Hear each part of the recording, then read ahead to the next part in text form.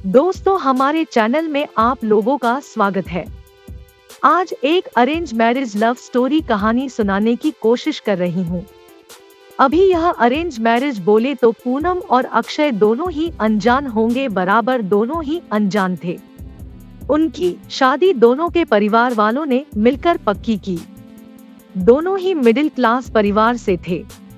अभी arrange marriage है तो देखने दिखाने की प्रोसेस तो होगी ही। 15 अक्टूबर की यह बात है। अक्षय और उसके माँ पापा के साथ पूनम को देखने आए थे। पूनम एक काफी सुंदर लड़की थी। अक्षय को वह पहली नजर में ही बहुत पसंद आई। उसने पूनम को रिश्ते के लिए हाँ कहा और पूनम से भी पूछा, तुम्हारा क्या निर्णय है, क्योंकि तुम्हारा निर्णय ज्यादा महत्वपूर्ण है। पूनम ने भी तुरंत हाँ कह दिया और बाद में दोनों की शादी की तारीख पक्की की गई। बहुत धूम धड़ाके के साथ दोनों की शादी कर दी गई।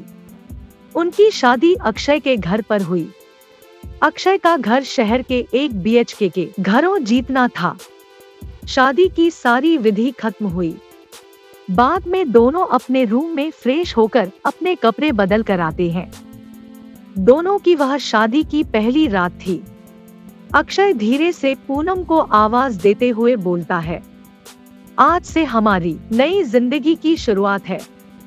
ऐसा बोलकर पूनम को गले लगाने की कोशिश करता है, पर पूनम उस पर चिल्लाती है और बोलती है, तुम मुझे जरा भी पसंद नहीं हो और मैं तुमसे प्यार भी नहीं करती, इसलिए मेरी तरफ से तुम कोई भी उम्मीद मत करना। अक्षय उसकी बातें सुनकर हैरान हो गया, पर हिम्मत करके उसने पूनम को पूछा, पूनम अगर ऐसा ही था तो तुमने मुझसे शादी क्यों की? मैंने तुम्हारे साथ जबरदस्ती नहीं की थी, मैंने पूछा भी था तुम्हें, फिर तभी क्यों नहीं कहा मुझे? इस बात पर पूनम बोली, मुझे कुछ मत पूछो, 2 से 3 महीने एडजस्ट करो और उसके बाद हम डिवोर्स लेकर अलग हो जाएंगे। यह सुनकर अक्षय को धक्का लगा। उसने पूनम को समझाने की बहुत कोशिश की, पर उसने अक्षय की कोई भी बात नहीं सुनी और वह उसके निर्णय पर डटी रही। अक्षय उसे बोला, ठीक है, तुम्हें यही ठीक लगता है तो यही करेंगे, पर मेरी एक बात मानोगी क्या? पूनम बोलती है, क्या? अक्षय बोलता है कि एक छोटी सी मदद करोगी। जब तक माँ पापा यहाँ है तब तक तुम यहीं पर रहोगी। एक बार वह गांव चले गए तो फिर सब तुम्हारे मुताबिक होगा। वह भी तैयार हो गई इस बात पर और दोनों सो गए। हर रोज का दिखावा उनका चालू था। माँ पापा के सामने पति पत्नी की तरह रहना उनको समझ में नहीं आए, इसलिए उनके सामने नाटक करना। ऐसे करते करते दिन खत्म होने लगे। दोनों ही नौकरी करते थे, फिर रोज के टाइम टेबल के अनुसार अपना अपना काम खत्म करके काम पर जाना। अक्षय रोज पूनम से प्यार से बोलने का प्रयास करता था, पर पूनम अक्षय को अनदेखा करती थी, क्योंकि पूनम की एक ही इच्छा थी कि उसको जल्दी शादी नहीं करनी थी। घर के लोगों का मन उसे नहीं दुखाना था, इसलिए वो शादी करने के लिए तैयार हुई।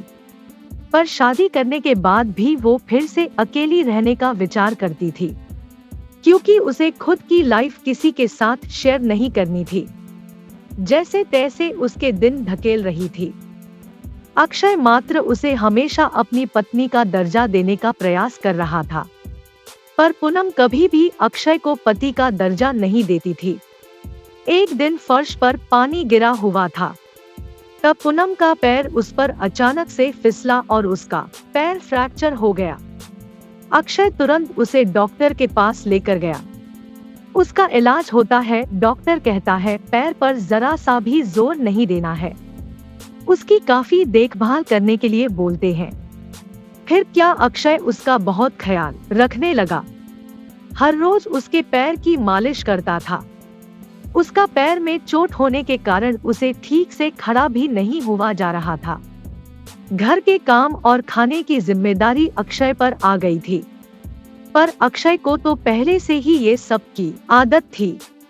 इस वजह से उसे कोई दिक्कत नहीं थी। अक्षय रोज खाना खुद ही बनाया करता था।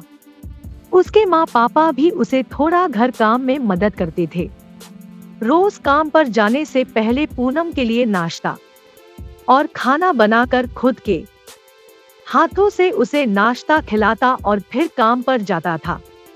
टाइम पर उसे फोन करके दवाई लेने के लिए याद दिलाता था।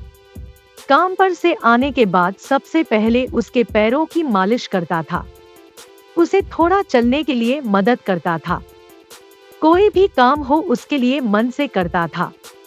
फिर भी वह अक्षय को प्यार से नहीं बुलाती। उसका मन अक्षय को स्वीकारने के लिए तैयार ही नहीं था। एक दिन पूनम को देखने के लिए उसकी सहेली आई। उनकी बातचीत चालू थी तब अक्षय दोनों के लिए नाश्ता बनाकर लाया। फिर वो पूनम से बोला, मैं जरा मार्केट से हो आता हूँ, थोड़ा सामान लाना है, तुम दोनों को कुछ चाहिए तो बता दो। पूनम बोलती है, नहीं अभी कुछ नहीं चाहिए, तुम जाकर आओ। पूनम की सहेली को अक्षय को ऐसे नाश्ता लाते देखकर धक्का लगा।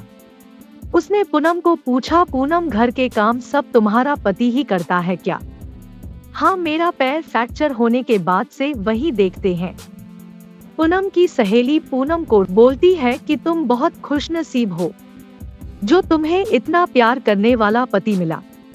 पूनम के चेहरे पर मात्र प्रश्न चिन्ह था। तभी पूनम बोली, इसमें इतना खुशनसीब होने जैसा क्या है?